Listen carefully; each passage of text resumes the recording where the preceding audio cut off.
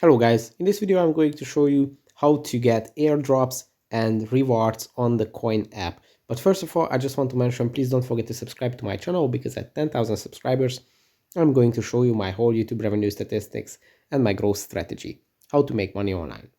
So let's jump into it. First, open the Coin app, and on the home page, if you have airdrops available, you will see them in the top left side of the screen, this little parachute icon.